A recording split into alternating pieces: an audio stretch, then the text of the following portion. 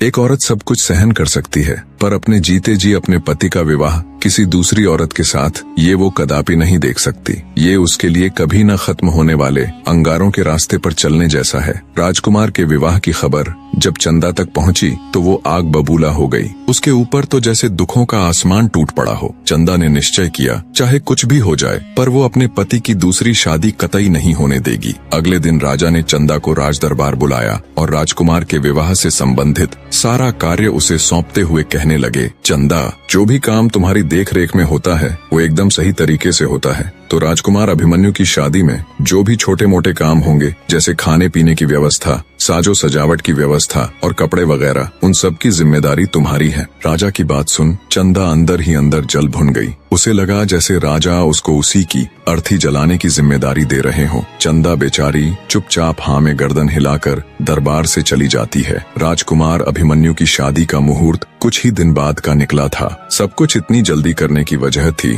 राजा धर्मपाल का डर। उसे डर था कि शादी से नाखुश राजकुमार कोई बखेड़ा खड़ा न कर दे, इसलिए वो जल्द से जल्द उसका विवाह संपन्न करवाना चाहता था। दिन बीतते जा रहे थे। हर बीतते दिन को राजकुमारी तारा रो रो कर काट रही थी। उसे कुछ भी समझ नहीं आ रहा था कि वो ऐसा क्या करे जिससे राजकुमार अभिमन्यु की शादी टल जाए। दूसरी तरफ महल में शादी की तैयारियां जोरों पर थीं। अब शादी में सिर्फ 2 दिन ही शेष रह गए थे। राजकुमार की शादी थी तो राजा ने बहुत बड़े भोज का आयोजन भी किया हुआ था। आसपास के सभी गांवों से लेकर पास लगते राज्यों तक को भोज का निमंत्रण दिया हुआ था। पुराने समय में जब बड़े पैमाने पर भोज का आयोजन किया जाता तो भोजन के लिए मिट्टी के बर्तन उपयोग में लाए जाते थे। तो शादी भोज के लिए कुम्हार जब मिट्टी के बर्तनों को लेकर राजमहल आया तो उसने चंदा से पूछा, इन बर्तनों को कहाँ उतारना है? गुस्साई चंदा बोली, इन्हें बाहर ले जाकर पटक दो। चंदा की बात सुन कुम्हार असमंजस में पड़ गया। अब चूंकि राजा ने चंदा को ही देख रेख का कार्यभार सौंपा हुआ था तो वो उसके कहे को टाल न सका और उसने बाहर जाकर सभी बर्तनों को नीचे पटक दिया।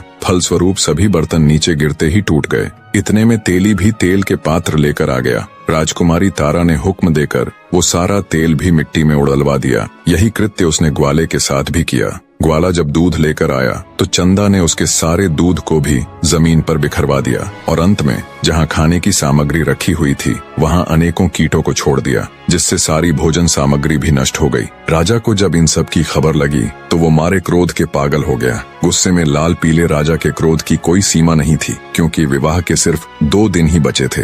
अब इतनी जल्दी इतने सारे मिट्टी के बर्तन कैसे तैयार होंगे और तेल, दूध और अन्य भोजन सामग्री भी फिर से इकट्ठी करने में बड़ी मुश्किलें आएंगी। गुस्साए राजा ने तुरंत सिपाहियों को चंदा को पकड़कर लाने का आदेश दिया।